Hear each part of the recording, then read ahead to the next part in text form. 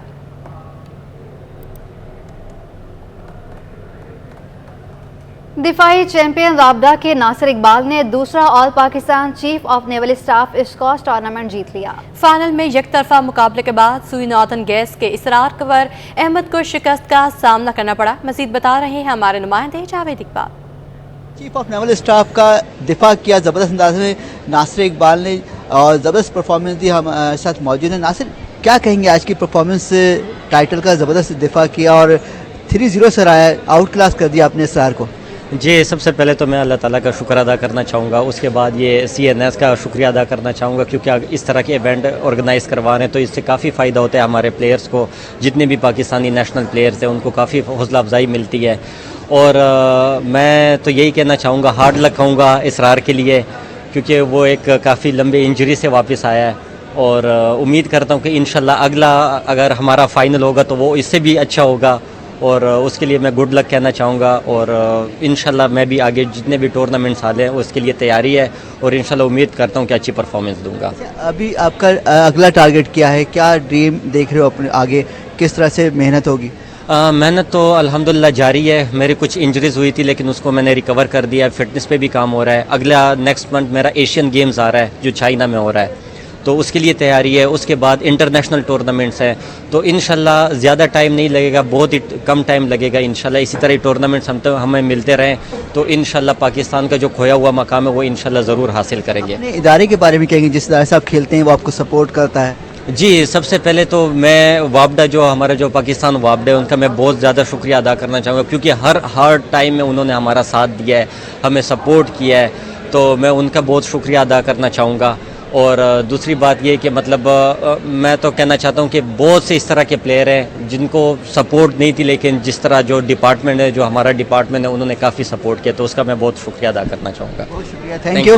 سنا آپ نے کہ ناصر اقبال بڑے خوش ہیں، ان کا کہنا تھا کہ آج تو جیتے ہیں اور محنت کا سلسلہ جاری رکھیں گے، اور ان کا اگلا دف ایشین گیمز ہیں جو آئندہ ماہ چین میں ہونے ہیں، تو امید ہے کہ وہاں بھی اچھی پرفارمنس دیں گے۔ جی، پاکستان کرکٹ بورڈ کی مینجمنٹ کمیٹی کے اجلاس میں آئندہ مالی سال کے بجٹ کی منظوری دے دی گئی ہے۔